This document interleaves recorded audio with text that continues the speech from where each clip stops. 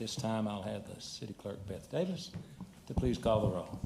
Commissioner Jeff Sanford. Here. Commissioner Sharon Neesmith. Here. Mayor Tom Watson. Here. Commissioner Curtis Maglinger. Here. Mayor Pro Tem Bob Glenn. Here. Thank you. This time, you please stand if you're able and remove your hats. And we'll have the invocation and the pledge by Commissioner Maglinger. Let us pray. Heavenly Father, thank you for the opportunity to serve our community. Give us wisdom, patience, and understanding in the decisions before us tonight. Bless our citizens, city employees, first responders, and our troops serving near and overseas. Keep them safe and watch over their families. May our work tonight be for the good of Owensboro. In Jesus' name, amen. Amen. I pledge allegiance to the flag of the United States of America and to the republic for which it stands, one nation, under God, indivisible, with liberty and justice for all.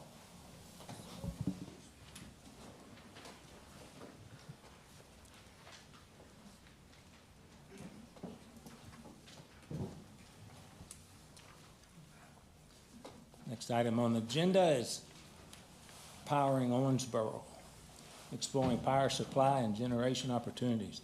Tim Lyons, General Manager. And board members sitting there. Thank you. Can you hear me?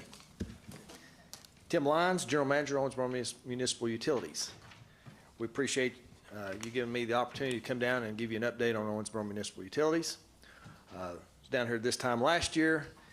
We just signed our contract with NextEra Energy Marketing beginning June 1 of next year, 2027, and gave you an update on how we were going to transition to MISO.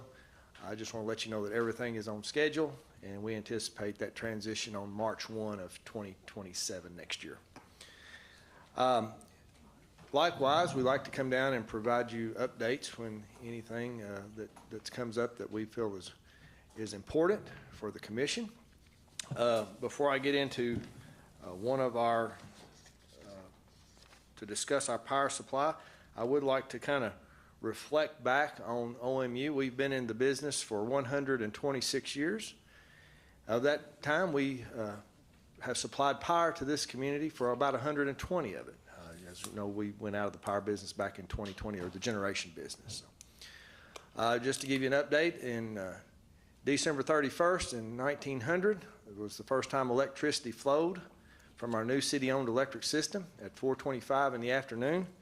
Picture is there at the right. This plant was built on Davis Street between 13th and 14th Street. So, is there anything there now? I do not know. I'll have to go down there and Sorry look. about that. That's okay. Blindsided you, didn't it? But that power plant was there at one time. And then in 1940, we moved up to just east of town here, close to what is called the old Davis County Middle School. In 1940, it was probably the Davis County High School. Mm-hmm. And the city-owned electric and water system was combined to form the present-day OMU in 1940 likewise. And we were in that plant for quite some time. In fact, we just decommissioned the water part of that back in 2020 when we expanded the Cavan plant. But that was a state-of-the-art plant at the time, and continued to power the city of Owensboro. And then in 1964, we moved out to the Elmer Smith Station. We began Unit 1, which began commercial operations that year of 151 megawatts. And in 1974, we added a second unit for 264 megawatts that began operations in that year. Of course, in May of 2020, end of an era, the Elmer Smith generating station produced its final megawatts of coal-powered fire generation for the Owensboro area, making it the end of a chapter for the history of Owensboro. That station had a little over 415 megawatts. We, OMU in summer peak, used approximately 45–50% of that power. Had a very favorable contract with Kentucky Utilities for many years. And then we went out to the open market, and as I say, we did an IRP study, and just due to the economics, the environmental regulations that was placed on that, it just was not profitable to keep that generating facility in business. So big day there is when we exploded the stacks. Keep an eye on that property there where the stacks are going to land. That's about 30 acres from where the stacks are to where they land. And that's the area we're going to be talking about tonight. It's back toward the river.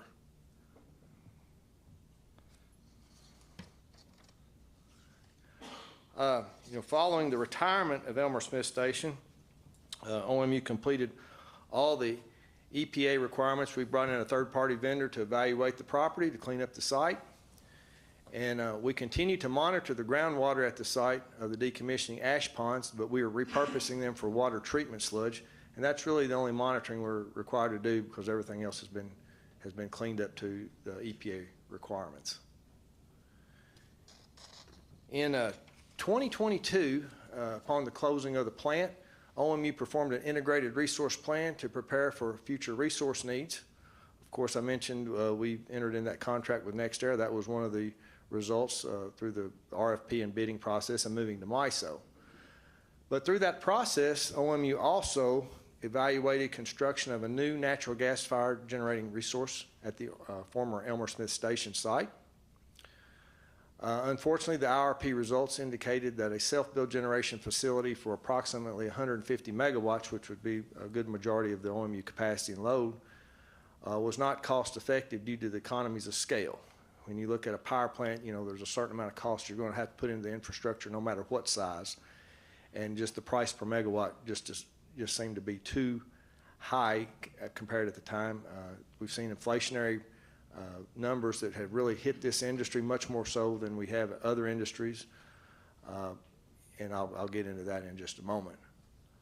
Over the past 4 years, OMU has engaged with multiple developers and industry partners to explore opportunities to develop thermal generation or combustible coal, natural gas, even nuclear.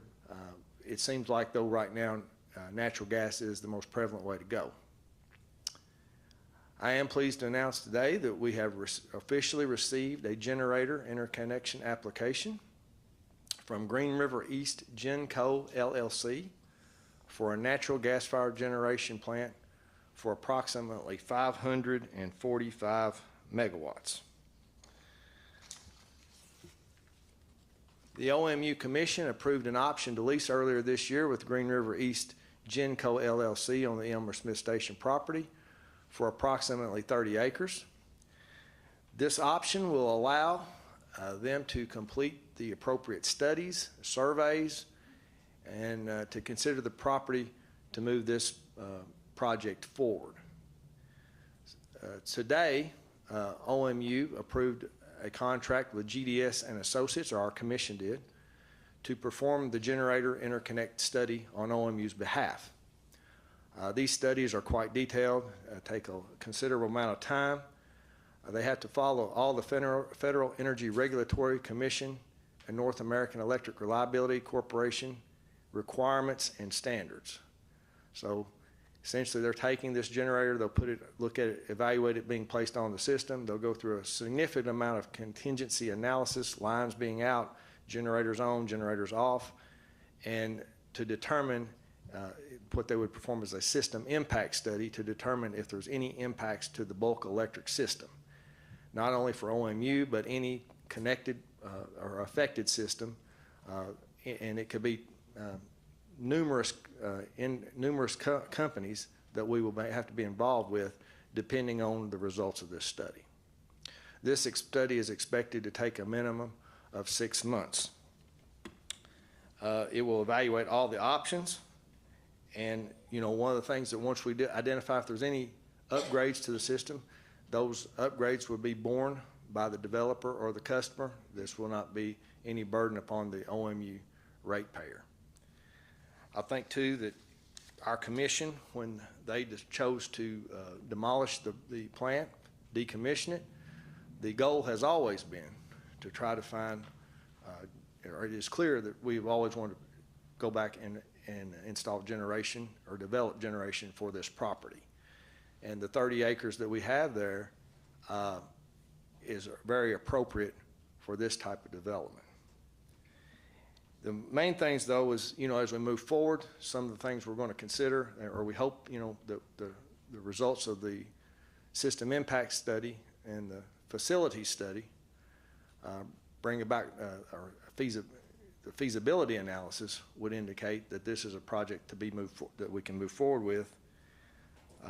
Future generation for the OMU system would enhance electric system reliability for this community. It would create jobs and economic development, likewise. It would support OMU's long-term power supply options. It would continue our history of providing dependable generation for this community. And the lease would provide additional revenue to support utility operations. So our commission did approve the study today and approved me to authorize the agreement with GDS to move forward with this.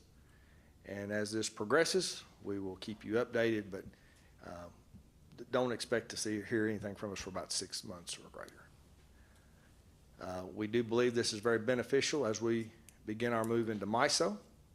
We hope to complete the study before we make that move, and then we can take that study and the agreements with us into MISO for the future development, which would give the customer many more options to market their power. So at this point, I'll entertain any questions. Okay, so the first question is, if you build this power plant, will OMU run it or will a third party run it? I know you're gonna build it. Yeah. But will the employees be somebody else's? Will they be OMU? And then the follow-up would be, how many jobs would you anticipate potentially it could produce? Good question. Going into it right now, most likely OMU would not own it. There's a potential we may operate it, but right now I would say that's unlikely. Just looking at the size and scope, if OMU was to run it, we would anticipate a plant this size to employ between 15 and 20 employees. 20? 15 to 20. 15 to 20. Yeah. It would really depend on the size and scope. If if another group came in, they might have some corporate engineering and things of that nature that they could depend on. So, but we would think it'd be 15 to 20 jobs. Okay, and the other question that comes to mind immediately is, if you're not operating it, if a Yep. third party's operating it, how do we glean all these benefits, like lower rates, more, because it'll be theirs? Yeah. I mean, you're gonna build it, but it's gonna be theirs, so how do we have any control over what it does to rates, what it does to supply? Because it would be essentially, if I'm understanding it correctly, their power plant, That's correct. whoever they are. We would, one of the things you have to look on the flip side of this is taking on a plant of $1 billion would put a considerable risk upon OMU customers, and we would not want to bear that burden. Going into it, looking at it where we are right now, I would think we would probably entertain the power purchase agreement to mitigate the risk, because if you had it, let's just say you had 1 or 2 customers feeding off of it, and one of them went out of business, that places the burden back on OMU if we were the owner. So that's one of the biggest concerns that we would have moving forward. So the biggest benefit is they'll pay the construction Yeah, costs. they'll pay- that's OMU what- doesn't have so I to say if take we were- out a bond and Right, build it like we were talking about in New Elmer Smith. It would have been like $48 million to build a New Elmer Smith. Yeah, and that would be the second piece of it, going out and bonding that money, that hits our ratepayers immediately. So that, and my chief financial officer would have a heart attack if I was to go out and take a $1 billion bond out. So there's potential maybe for partial ownership. Those are some of the things we're going to be investigating over the next 6 months while this study goes through. But first of all, we need to make sure that this project moves forward. All right. Did I answer all your questions? I think so, yeah. Thank you, Mayor. Appreciate it. Yep. There's Jeff, Commissioner Sanford, sorry. Thank you, Mayor. Tim, like Elmer Smith, like the water usage Yep. that you used to use on on Elmer Smith with Yep. a coal-powered plant, what's the difference that you would use for coal power versus a gas power? Is it less? Is it self-contained? Does it come from the river? Does it come from deep wells? Yeah, I cannot, I won't be able to get into the specifics of the generator. I'll just say that it appears that we'd use a closed loop system Okay. with coolant, which would much less reduce the water intake. We would estimate a plant of this size, probably 50,000 gallons a day, compared to what we pulled out of the river to cool down that power plant. and also additional water. But we have, in addition though, we have plenty of water resources available at our cabin plant, So basically, much less, much less than a And coal-fired plant. and it's Yes. encapsulated and recycled. That's correct. Should have their own cooling systems in it. Okay, Yep. very good. Second question is, you went into a contract in '27. When does that expire? It's a 7-year contract with a 3-year extension, so it could be up to 2037. Okay. And that kind of aligns with, it's going to take some time to construct something like this. This gives us plenty of opportunity, or plenty of runway to evaluate this as we enter into this contract with NextEra. So basically, in time, you could see maybe a leveling of energy rates, because since it's here, or not as much This plant. possibly? This plant is $1 billion. This plant 6 years ago was $400 to $500 million. This is a problem that's facing the industry right now. I do not see energy prices reducing anytime soon. I think if you just look at that investment cost, energy itself might come down, but the capital investment associated with these plants has significantly increased over this 6 to 8 year period. Especially coming out of COVID, there's all kinds of equipment, being able to purchase equipment, getting it in here. There's been a mad dash on these generators as of late that's really driven the price up.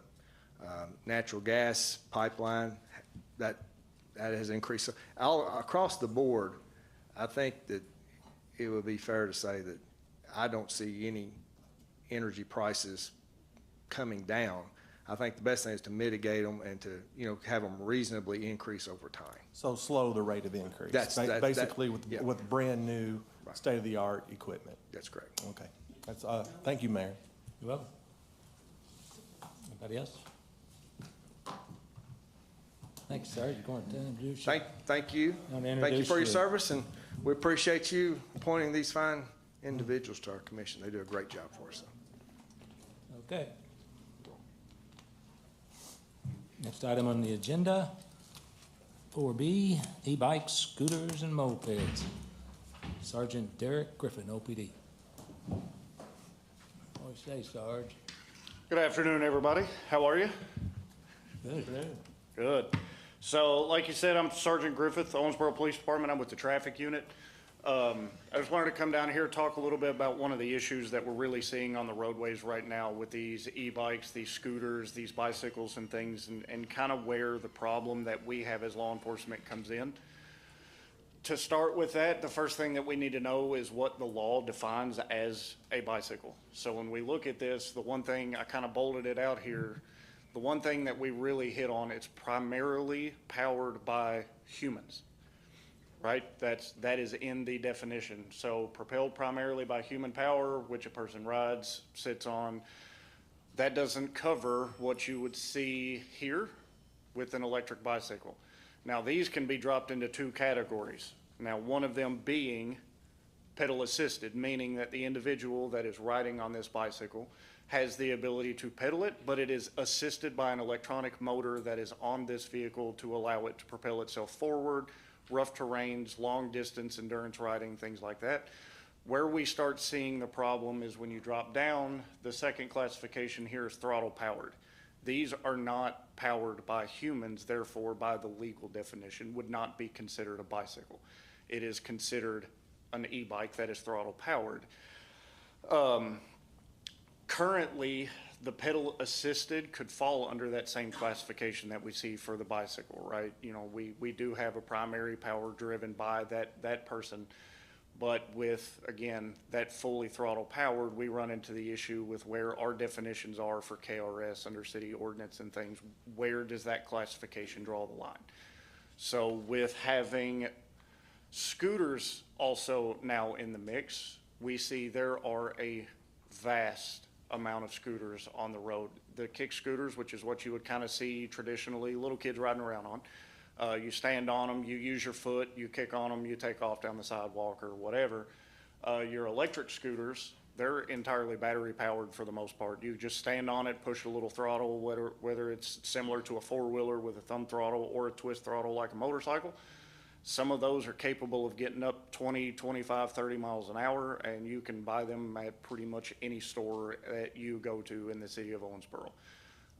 Now you move into like a mobility scooter, right? I mean, we would see those pretty regularly, and then the self-balancing scooter or hoverboard that you would then continue to ride on as well, and again, not human powered. But when we see or say scooter, which one are we talking about? Which one are we looking at? Because when you look at the legality side of it, several of these definitions would tell you that to operate this on the road, you would need to be 16 years old. So, you know, we're looking at a kick scooter under a similar definition as we would self-balancing scooters or high-powered scooters that are capable of roadway travel. We've actually got this glorious thing here that shows you just how broad these get.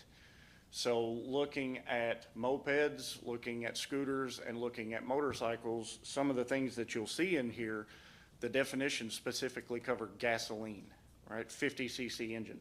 That's not going to cover a vehicle that's electric because they're battery powered. They don't have that. You're going to see definitions that talk about the cross frame being able to support a fuel tank.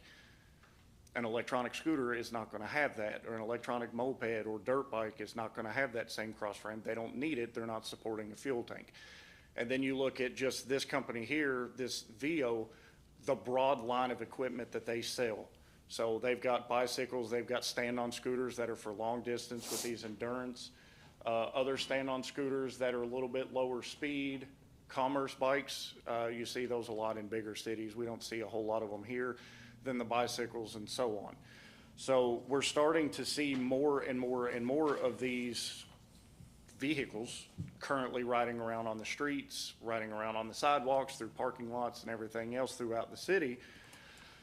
And we're kind of running into a little bit of an issue with this because by the legal definition, you know, when we look at mopeds, we look at bicycles, and then we look at motor vehicles, how do we classify each one of them currently in that state? You know, if we treat everything like it's a bicycle, well, is it throttle powered?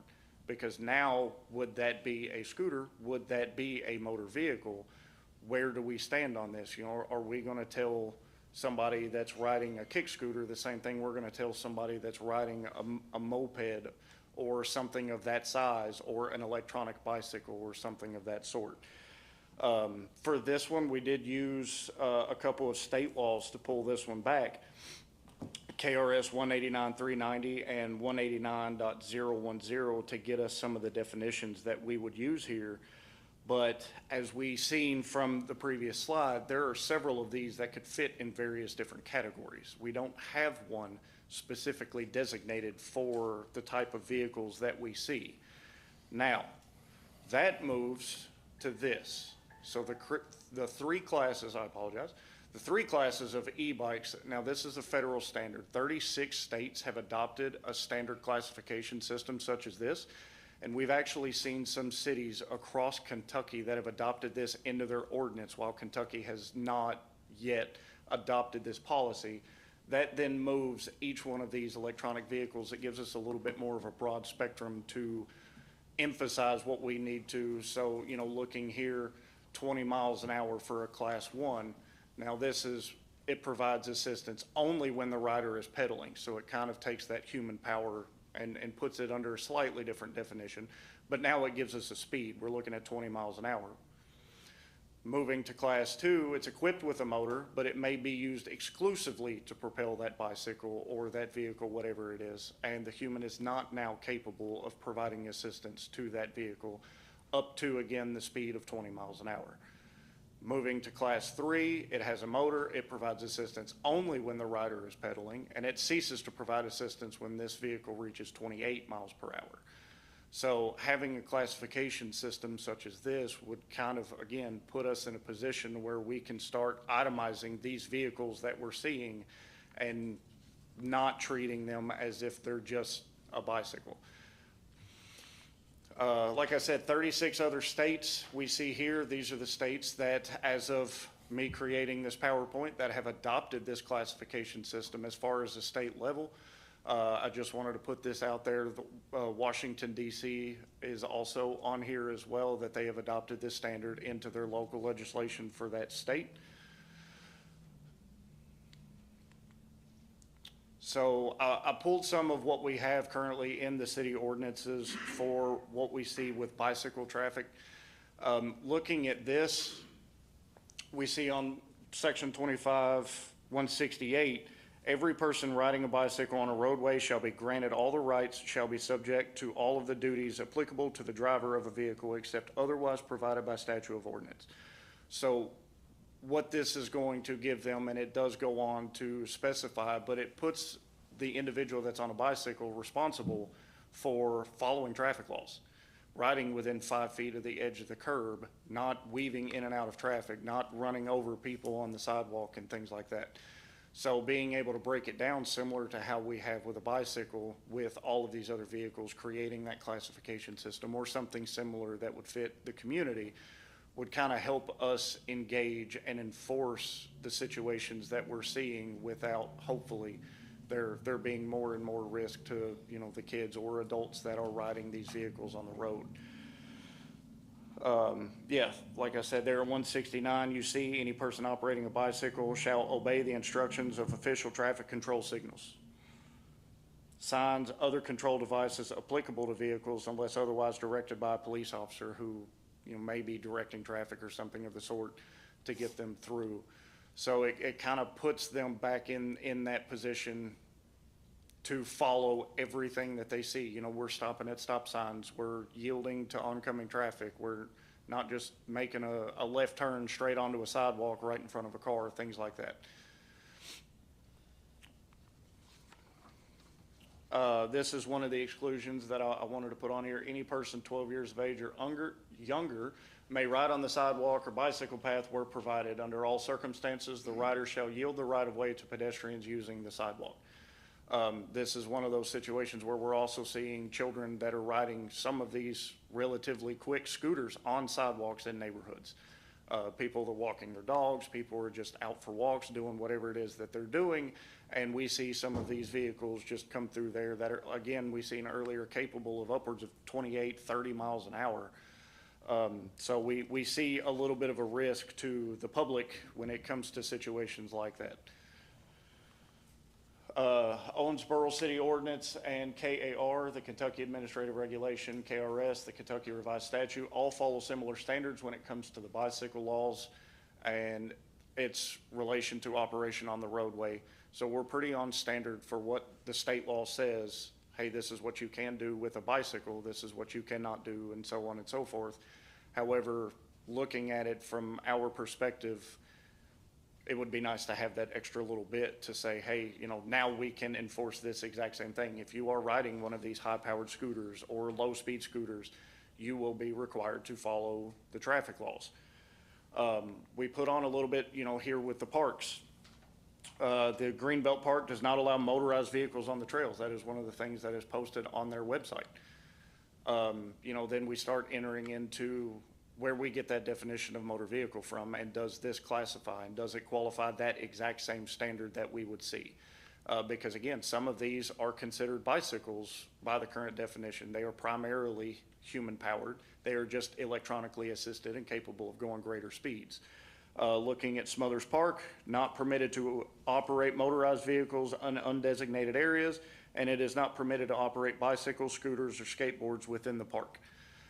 So we get a little bit more specific when it comes to that one. It starts introducing other classifications, other vehicles, but again, once we have the ability or create the opportunity to define those vehicles, it allows us the ability to then enforce exactly what it is that we need to accomplish. City Ordinance 19.6, we kind of pulled through here for some of the definition here. Operation of motorized vehicles, this is what it says specifically. It is not permitted to operate a motorized vehicle, excluding golf carts, on golf courses within the confines of a park, except upon roadways designated and maintained for vehicle traffic within the park. This does not include service, emergency vehicles, motorized wheelchairs, or other equipment used by handicapped persons. So this, like I said, it creates another little bit of a gap in our enforcement ability with these e-bikes, because do they fit those definitions?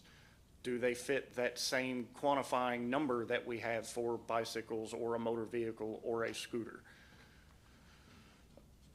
So at this point in time, after consulting with the county attorney, our enforcement efforts, in the interest of public safety, we're looking and attempting to treat these as bicycles to the best of our ability within the realm, because we do see individuals running stop signs, accidents are happening. We're seeing it more and more and more, people trying to come out of their driveways, and just a lot of times we may not see a person. Think about any time that you may be driving around and you may not see the person standing on the side of the road. Now imagine that is a scooter that is going upwards of 20, 30 miles an hour coming at you as you're attempting to leave your driveway.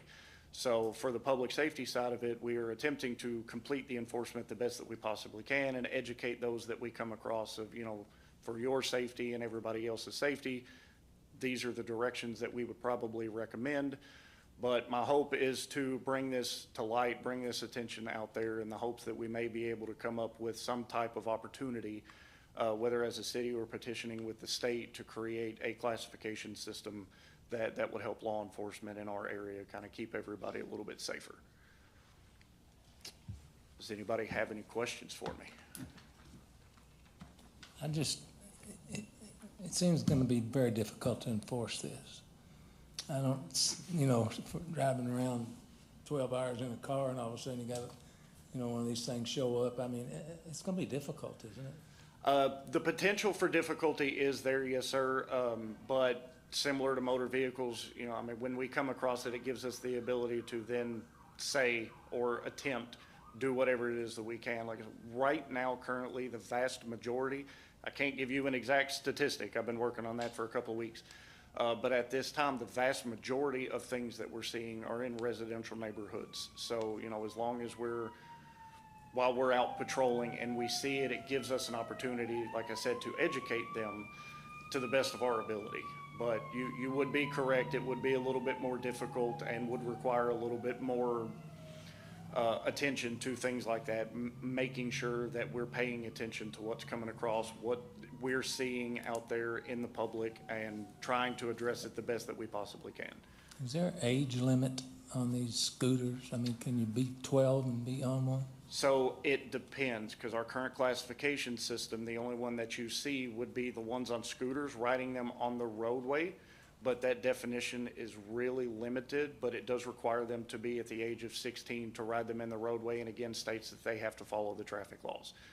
Once you start entering into mopeds and motorcycles and then on into motor vehicles, that's where we get our classification of, you have to have a driver's license, it has to be whether insured, registered, has to have turn signals, headlights, taillights, and various items like that. So if one of these scooters, let's say, causes an automobile accident and he doesn't have insurance, what happens then? So depending on the type of scooter, because again, we have such a broad definition of what the term scooter means. I shouldn't have used that word, probably. That's where that situation really starts to bring our attention in, and that's kind of what led to this meeting. Was we're also attempting to answer those same questions, because it does happen. If you're talking about one of these little electric scooters that you see children riding around on, they're not required to have insurance. So, then we're looking at car insurance and what was the cause, the human factor in this collision for the insurance companies. So we really have that gray area that we're sitting in right now without specific definitions to create that pathway. Is there anything we can do to help you? Listening to me talk has been a huge step, but I mean that's really the direction that we're trying to go, is to see what we can progress to help. I think the city manager. Yeah, and that's why they're here today. So these scooters of various sorts, battery-powered scooters, e-bikes, have really proliferated over the last year in particular. They're not clearly addressed in ordinance or state law, and so today I think was intended to sort of introduce the concept. We are doing research about ordinance changes that we'll need to make. So we do anticipate coming back sometime late summer, likely in the 2 or 3 months, as we do the research with recommendations that you can adopt for guidance to give clear direction to OPD and law enforcement and how they would handle these issues. So it is an emerging piece of law.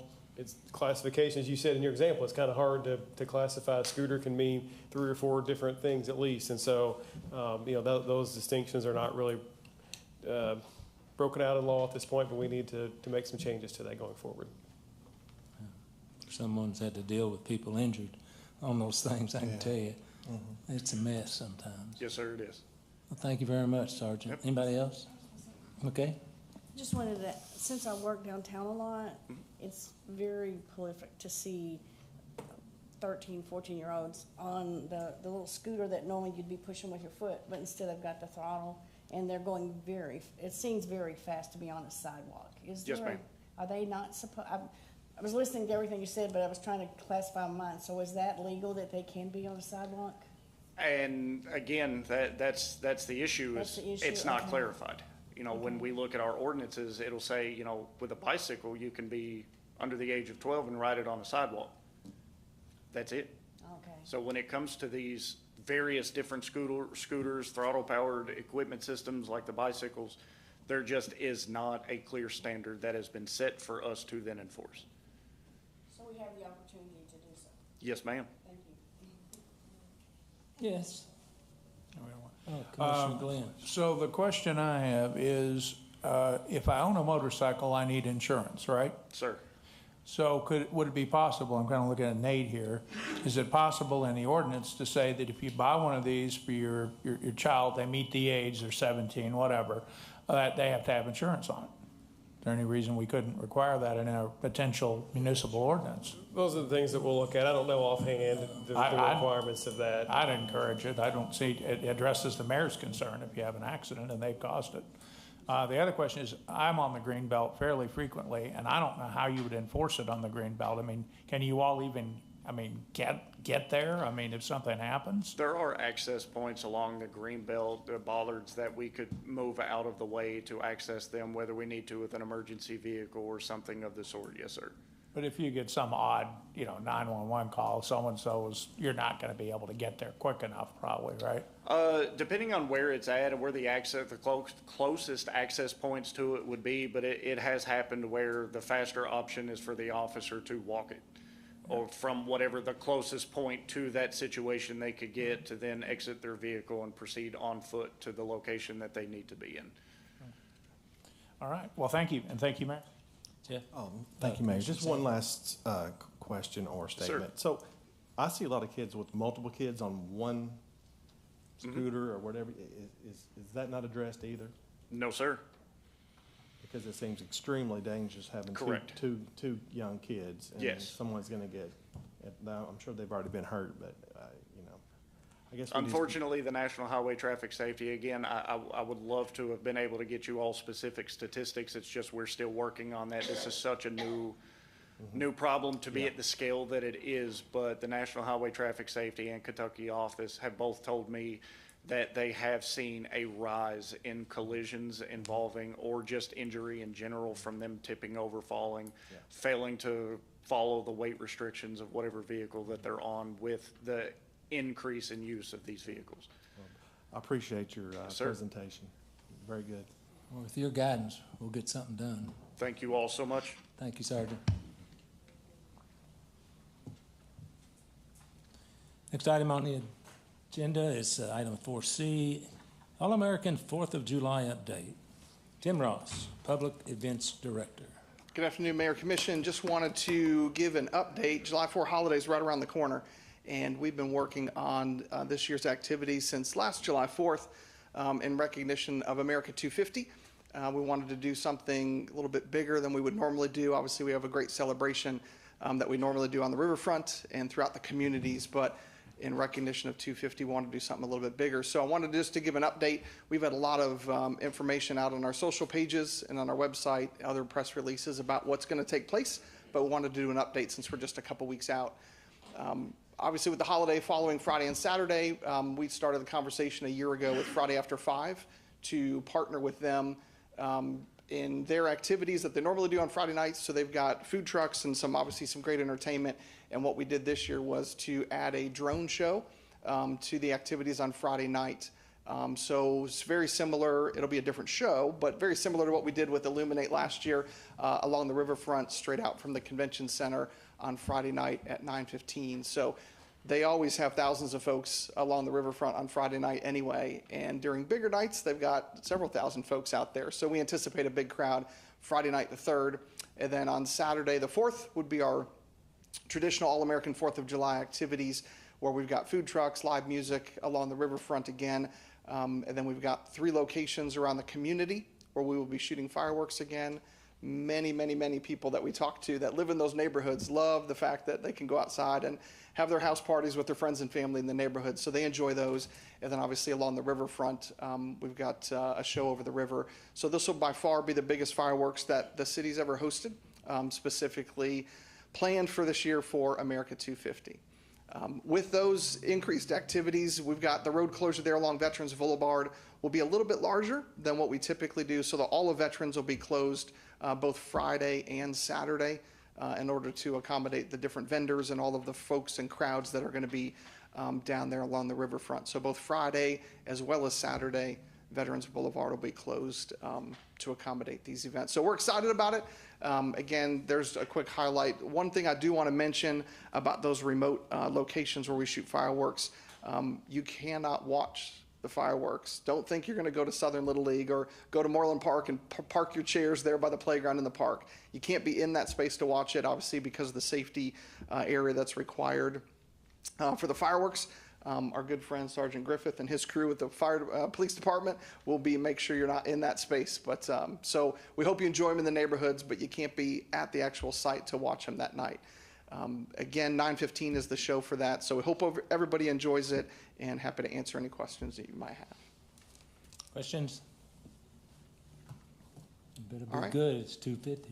It is 2:50. You'll enjoy it. Don't worry. Thank you. Thank you. Next item on the agenda is city projects list, city manager. Yes, Mayor, thank you. You've had the project list available. I know it's been provided to you. I just have one particular comment. You'll notice that we added a new project to the list this month. That is the Air Park Drive extension. I know we talked about that back during the budget and at other times. We're close to building out the air park. That requires us to do an extension of the Air Park Drive, which is the main north-south artery or spine within the air park itself. And so as we have several properties developing on the south side, that we are at a point where that construction of the extension should start hopefully in July. So glad to see that commence. So that's the new project on the list that you'll notice for the month. Other than that, it's pretty standard, and happy to address any questions if you have any. I thought that Air Park extension was going to be 1.2 million. Or is that the one over where? I think that was the one over by Big Rivers. Big That's Rivers, correct. That's okay, right. making sure. Any other questions, please? Okay. Next item on the agenda, I'd like for you to consider approval of the minutes dated June the 2nd, 2026. I'll make a motion to approve. Could I have a second, please? Second. Any further discussion?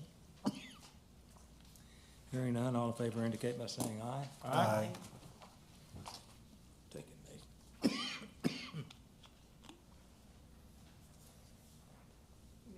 Nate. Okay, these are board appointments recommended. Owensboro Tourist and Convention Commission, appoint Claude Bacon to a 3-year term expiring December 31, 2028. Northwest Neighborhood Alliance, reappoint Kathy Calhoun to a 2-year term effective June 18, 2026. Property Maintenance Code Enforcement Board, reappoint Stacy Singh to a 3-year term effective July 2nd. River Park Center Board of Directors, reappoint Leland Hancock to a 3-year term effective July 2nd. Civil Service Commission, reappoint Carly Brown to a 3-year term effective July 19. And Shavley York Neighborhood Alliance, reappoint Tim Scheidiger, Scott Gillum, Terry Hedges, Eric Houchin, and Tracy Bivens Helm to a 2-year term effective July 22nd, 2026. Is there a motion for approval? So moved. Second. Any further discussion? Hearing none, all in favor indicate by saying aye. Aye. All opposed, motion carries. Thank you. Item 6, roll call vote, second reading of an ordinance. Ordinance 13-2026, an ordinance amending Chapter 2, Article 5 of the Owensboro Municipal Code relating to the Elizabeth Monday Senior Center Board of Directors, read for approval on second reading the 16th day of June 2026. Thank you. I'll make a motion to approve. Could I have a second, please? Second. City Manager, you have anything you'd like to add? Just briefly, this is second reading of an ordinance making 2 changes to the senior center. One change is to reduce the number of board members for the organization. Right now, the ordinance calls for between 16 to 21 board members, and we're amending that down to 12 to 15 board members. And the second change is to formally rename the organization as the Senior Community Center of Owensboro, Davis County. That's what they've been using for branding and naming purposes for the last several years, actually. Both of these changes are being made at the request of the Senior Center Board. Exactly. Any further discussion? Thank you, Mayor. No, I understand the name will help the grants and things, but for Miss Elizabeth Monday, she was very instrumental. Are they, in the beginning of this, are they going to do anything? That's a good question. As the group transitions into the new building here in the fall, they do plan to do, I think, actually a portrait and a plaque honoring Miss Monday and her contributions to the organization in the lobby where they do those kind of recognitions. So that's a good question. Yes, they are going to recognize her past efforts. Thank you. Commissioner Glenn? No, I'm good. Oh, okay. Hearing no other discussion, I'll make a motion to approve. Already did that? Okay, so roll call vote, I'm sorry. Mayor Pro Tem Glenn, Yes. Commissioner Maglinger, Yes. Mayor Watson, Yes. Commissioner Neesmith, Yes. Commissioner Sanford. Yes. Thank you. Motion carries. Item 7, ordinance. No vote, first reading. An ordinance revising Employee Handbook Policy 112, thereby changing promotional procedures for the Owensboro Fire and Police Departments, introduced and publicly read on first reading the 16th day of June 2026. City Manager, please. Yes, this is the first reading of an ordinance amending the Employee Handbook Policy 112, which covers police and fire promotion process. A lot of the personnel policies we can change administratively. Certain provisions have been retained by the Board of Commissioners, and this is one of those, so it does require your consent. The proposed revision allows laterally hired firefighters to receive prior qualifying service with comparable agencies for their promotional eligibility, provided they have at least 2 years of service with OFD. Under the current language, lateral OFD hires are subject to the same minimum service requirements as entry-level firefighters, which is 4 years. The change is intended to enhance recruitment and development of experienced personnel while maintaining a minimum period of service with OFD before promotion. So 4 years are required. It used to be 4 years with OFD. Now they could get 2 years of credit with a comparable agency and then still have to serve 2 years with OFD. The change is specific to OFD. It is not being made for the police department. Any other discussion? Thank you. Item 7B. Ordinance 15-2026, an ordinance amending the Owensboro zoning ordinance adopted March 14, 1980, so as to include within the I-1 light industrial zone property located in the 3501 to 4301 blocks of West Parish Avenue, containing 121.605 acres more or less. Introduced and publicly read on first reading the 16th day of June 2026. Thank you, City Manager. Yes, Mayor, this is a lengthy one. So 3 or 4 years ago, our partners at the Economic Development Corporation began a process to identify potential sites for industrial development. Additional land to accommodate investment and jobs in our community was needed because the air park was and is getting closer to being built out. We just talked about that's why we have to build a road to the last remaining portion. And in fact, at this point, we only have approximately 30 acres of publicly controlled land remaining in the air park. As part of that process, the Massey property was identified as being well located and suitable for economic development purposes. After some initial due diligence and negotiations with the owner, the city was able to reach an agreement to acquire approximately 122 acres, and the Board of Commissioners approved that purchase in August of 2025. Since that purchase, the city and Economic Development Corporation have collaborated to prepare the site for development and jobs. This involves various elements such as engineering and utility considerations and a traffic study. In addition, we needed to rezone the property. Currently, this site is split zoned with approximately 56% zoned agricultural and the remaining 44% zoned as I-1 light industrial. Manufacturing facilities like in the air park cannot be located in agriculturally zoned property. So to use this site for its intended purpose, the property must be rezoned. We initially sought to rezone the property to I-2 heavy industrial. That's the most accommodating zone, allowing limited uses not available in the I-1 light industrial zone. For this reason, I-2 property is somewhat rare in the community, and we thought that I-2 would make the property more marketable because it could be used really for any industrial purpose that could exist. However, at the May meeting, the Owensboro Metropolitan Planning Commission voted against rezoning that site to I-2, and that rezoning failed by 1 vote. As previously stated, however, we must rezone the property to use it for its intended purpose. We cannot have an industrial park that has a majority of agriculturally zoned property. State law allows a city or county to hear rezoning after its consideration by the Planning Commission. For this reason, the city has chosen to have the Massey rezoning on our agenda for the meeting. Because this process of city consideration of a zoning decision is prescribed by state law, City Attorney Mark Pfeiffer will lead the next part of discussion of this item. Thanks, Nate. KRS 100.2111 allows the appropriate legislative body to file a notice with the Planning Commission that it will decide a zoning map amendment. This procedure was adopted by the city in Article 6.6 of the zoning ordinance. As the Massey property is located in the city, the Board of Commissioners is the appropriate legislative body for these provisions. The city submitted a written notice with OMPC within 21 days as required by statute, and therefore will decide the rezoning of the Massey property based upon the evidence presented before OMPC on May 14. For your consideration, tonight is first reading of an ordinance that will rezone all of the property to I-1 light industrial rather than I-2 heavy industrial as submitted in the city's original application. As Nate stated, a significant portion of the property is already zoned I-1. If you pass this ordinance, all of the Massey site will be zoned I-1. We've reviewed the testimony of citizens at the hearing before OMPC, and it was expressed rather consistently by numerous members of the public that they supported a rezoning to I-1 rather than I-2. The rezoning to I-1 is subject to the following conditions, and these are the same conditions that were placed on the rezoning originally by OMPC staff. First, direct access to West Parish Avenue would be in compliance with the approved traffic impact study, and no direct access to Wendell Ford Expressway would be permitted. Development of the subject property shall maintain compliance with the improvements as outlined within the approved traffic impact study, which shall be illustrated within subdivision plats and/or final development plans as deemed necessary. And development of the subject property, that's thirdly, would provide connectivity to the adjoining properties to the northwest and south. The decision of the Board of Commissioners must be based on findings of fact, based on evidence that was before OMPC. The following findings of fact support a rezoning to I-1.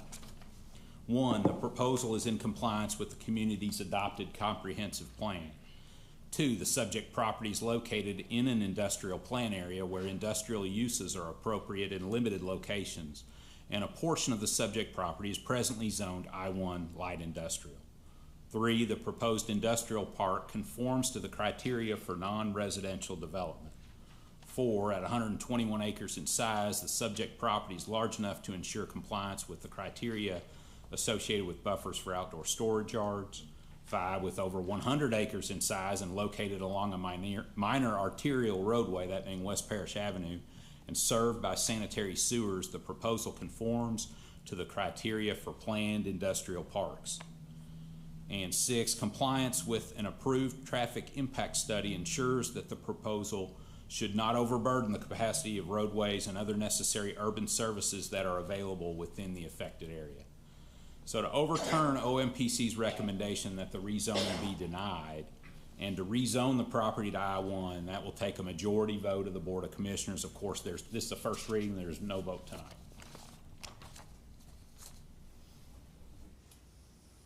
Okay. Any questions? Okay, hearing none, thank you. Council. Item 8, municipal orders.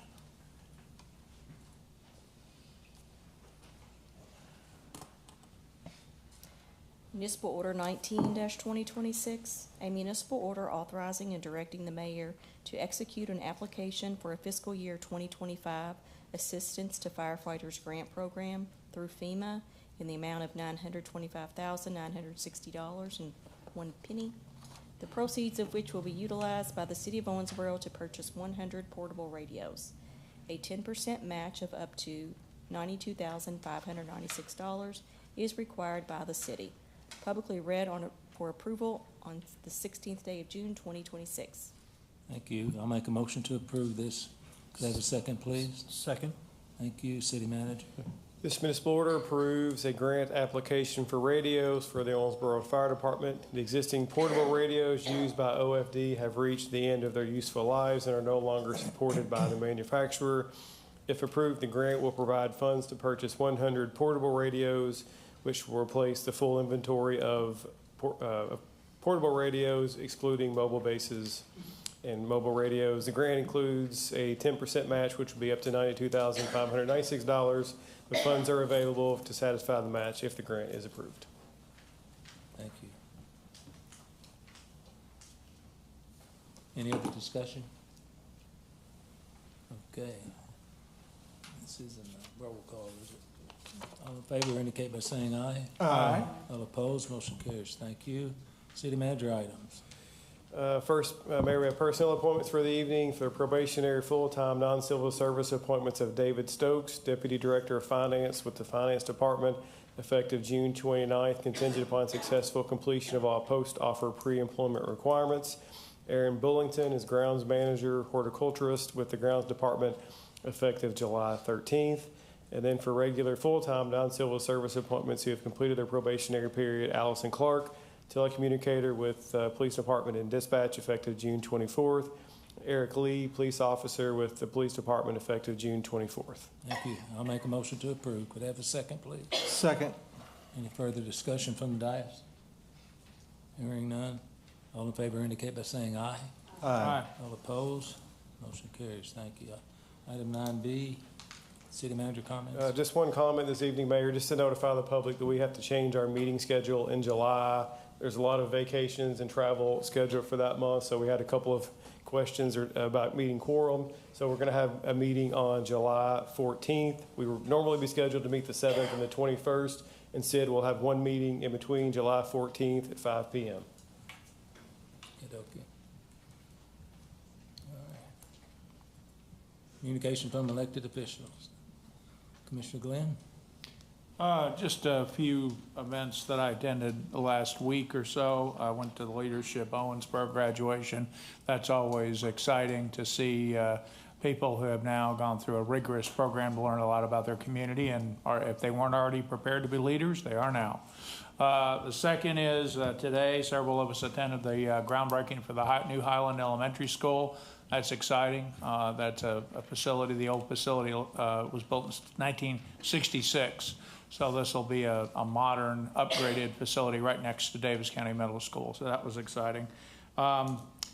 Did want to also mention, attended an art museum unveiling of the Owen portraits. They'll have a more public event later. Thought that was very interesting. Got to meet the family. Encourage them to keep those paintings here in Owensboro.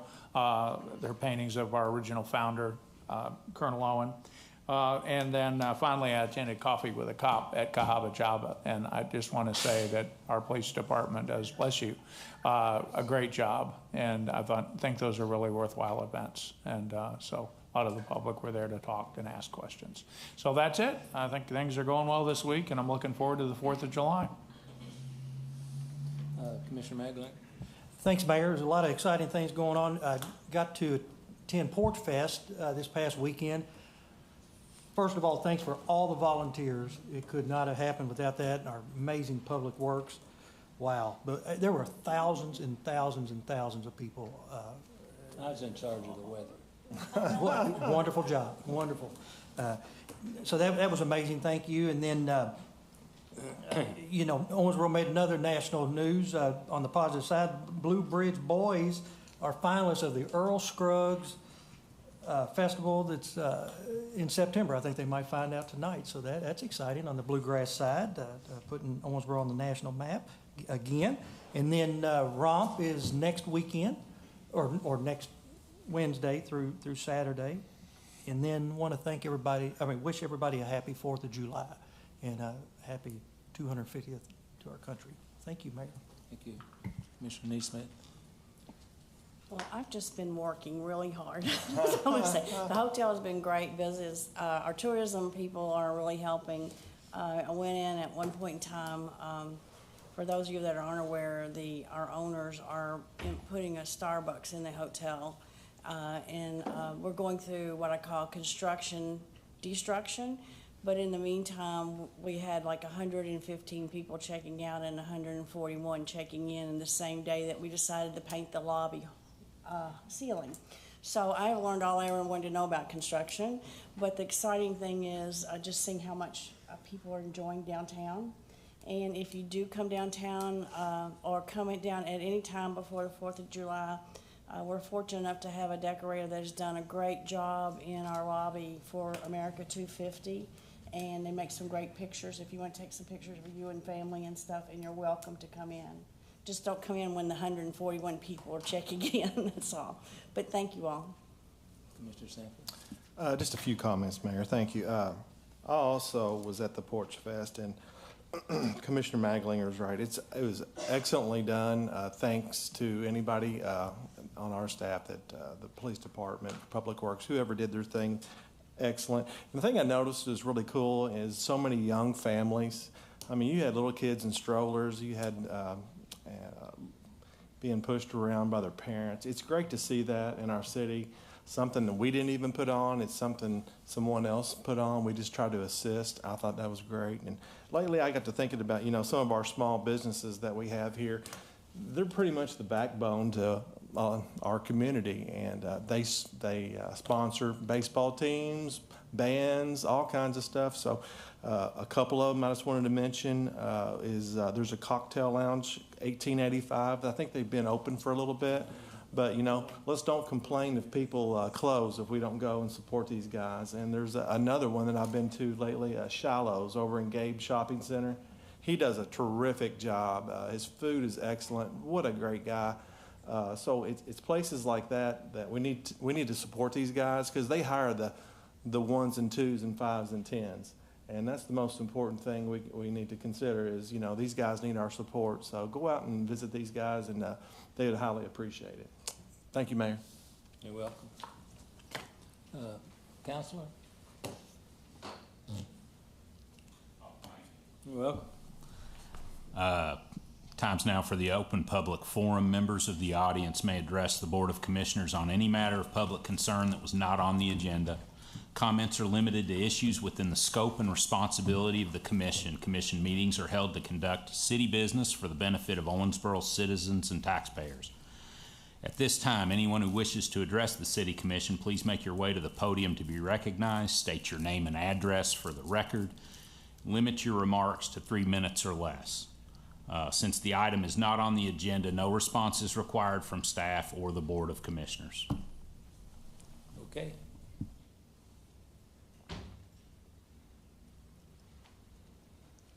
I'm Kathy Wethington, 424 East 21st Street. I just want to thank you guys for listening to your constituents on the issue of the property on West Parish Avenue. We truly appreciate it. I know that's what leaders are supposed to do, but that doesn't always happen. Well, thank you. Anyone else?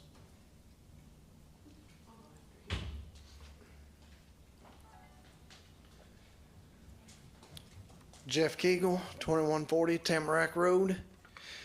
Just curious if the city has signed any non-disclosure agreements on the properties involving Massey properties or the Elmer Smith properties.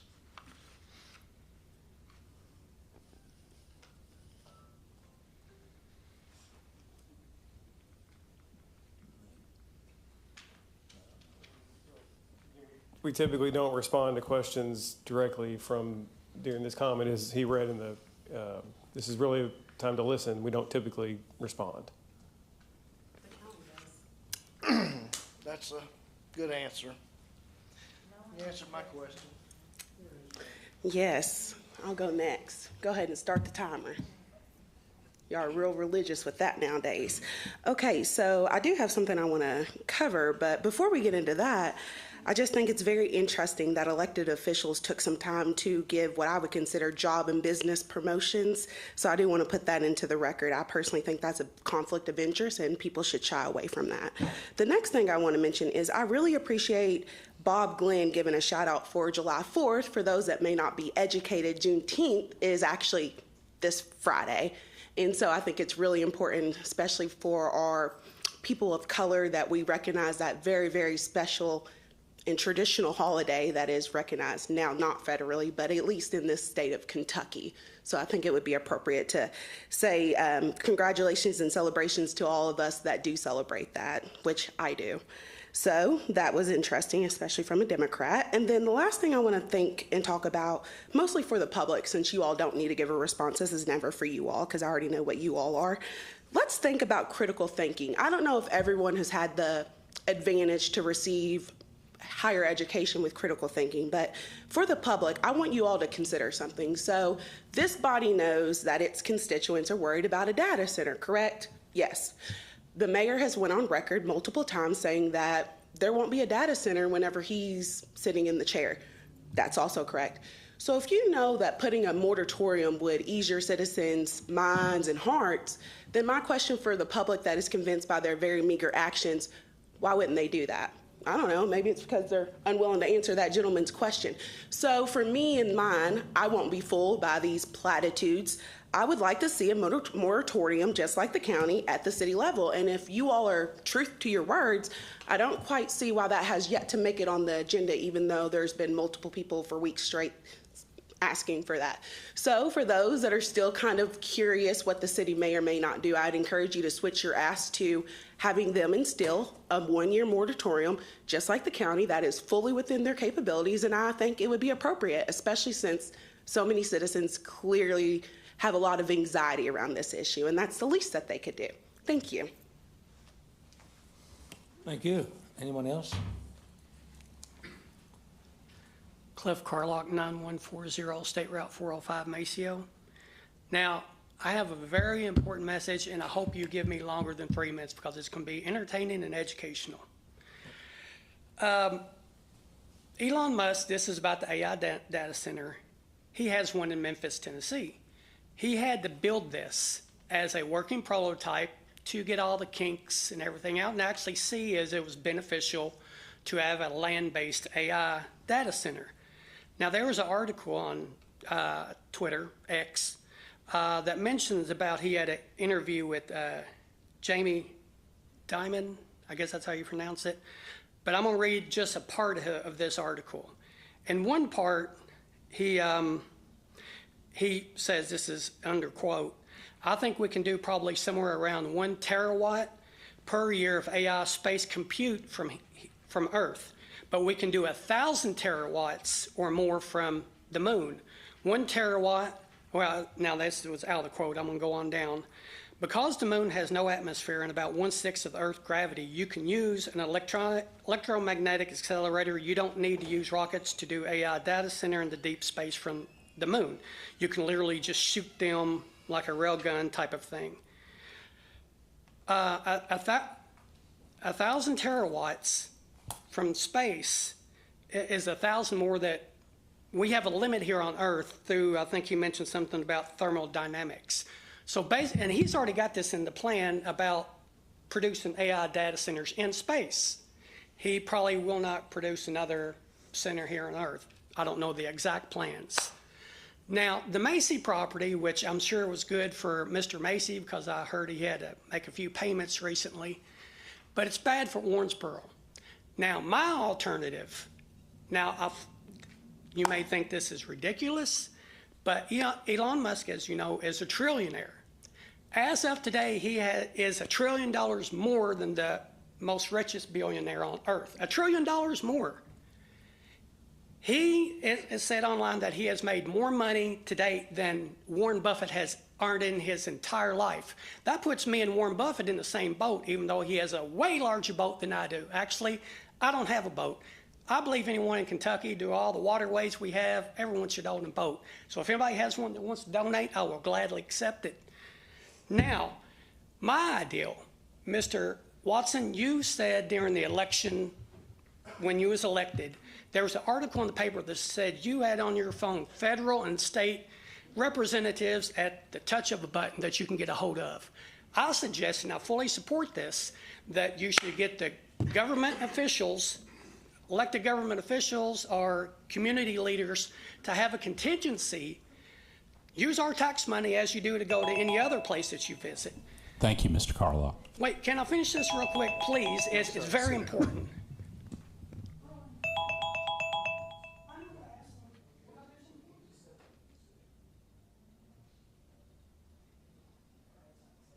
I will repeat it over at the Davis County Fiscal Court, and I'll get back to y'all. Anyone else? Hi, my name is Tatum Helm. I live at 1122 Booth Avenue. Starting off, again, I do appreciate you guys listening to people, the zoning commission as well, in regards to the rezoning of I-1. It's something I personally care about, especially environmentally, and with all of the things in that area. Going with that, Mr. Watson, you did say as long as you sit in this seat, there will not be a data center. So I highly urge you guys to put the moratorium in place, consider a ban if possible, but do appreciate the I-1 rezoning and the consideration, of course, for more jobs and opportunity coming to Owensboro. I do want to mention it is very discouraging that nobody mentioned Juneteenth, as it is a holiday that is recognized here in the state of Kentucky. And I just wanted to give a shout out to the Owensboro Black Expo because they are hosting an event down at English Park on the Ohio Riverfront this Saturday. They have a band, small businesses, they're going to have vendors. So I encourage anyone who is watching at home or you all here on the board to please consider getting out and supporting the Black Expo and learning more about Juneteenth and why it should be recognized amongst you guys as a holiday here in Owensboro. Continuing from that, this is something that I've noticed going to Friday After 5 the last couple Fridays, and it's really great to see a bunch of teenagers out there, and I would never say, hey, we don't want teens on our downtown front. But what I have noticed is a little bit of traffic concern as them being in front of Smothers Park and kind of being in the road still, because it's not being shut down all the way to Veterans Boulevard anymore. It's just shut down like right there in front of what do you call that? The VFW. So it's there and down. I would just like us to maybe potentially consider seeing if we could shut the road off down a little further just to keep those teenagers that are enjoying Smothers Park and unfortunately the people who are riding the e-bikes and the scooter things, that we're kind of like protecting them until ordinances can be put in place. I don't know. I've just noticed it myself walking from, you know, that area towards the River Park Center, that people are in the road still walking as if that whole entire road is closed. So potentially in my mind, I think it's just something that we could consider maybe just blocking off Veterans Boulevard a little bit further down. I don't see why we really need traffic down there. You can park upwards of Veteran Boulevard and get to all of those locations by foot. I just see that there's a potential for something harmful to happen. And I don't want to say, hey, let's be hard on these teens and control them more, because I do like that they're coming out to Friday After 5. They're enjoying their time. There's not a lot of stuff that we get to provide for them. So I think it's important that they have that community. And maybe as you guys just consider, if there is a possibility, I don't even know who to direct that to, but if the road could be closed down a little bit further just for maybe precaution of potential things. And that's all I really have to say. Thanks. Thank you. I was just going to say, Tatum, I did see that last part, exactly what you're talking about.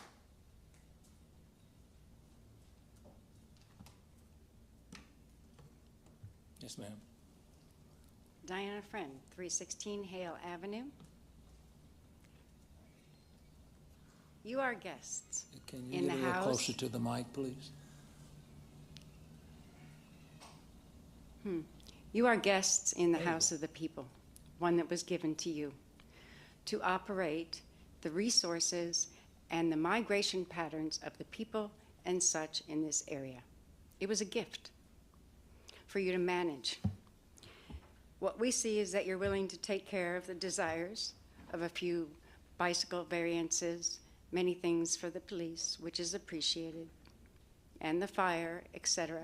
No concerns with any of that. However, what we see is people hiding behind the NDAs for the data center, because you have no place, showed us the research that you so say everyone is doing. Where's the research that shows us that you have spoken to every person who lives in this town and they say they support a data center? Show me that. Show the people that. Because you all answered to us. We all gave you this gift, but yet you all choose to do what you want and not what the people want. And let me tell you, as one who is out with the people, it is the majority of people that say no data center. So it shouldn't even be a question, not one. I don't care who has an NDA. Y'all know what's right. Y'all say your prayers to God. Y'all are going to get your answer from God, whether it comes from us or not. Thank you. Thank you. Anyone else? Okay, I'll make a motion to adjourn. Could I have a second, please? Thank you. All in favor indicate by saying aye. Aye. All opposed, we are adjourned.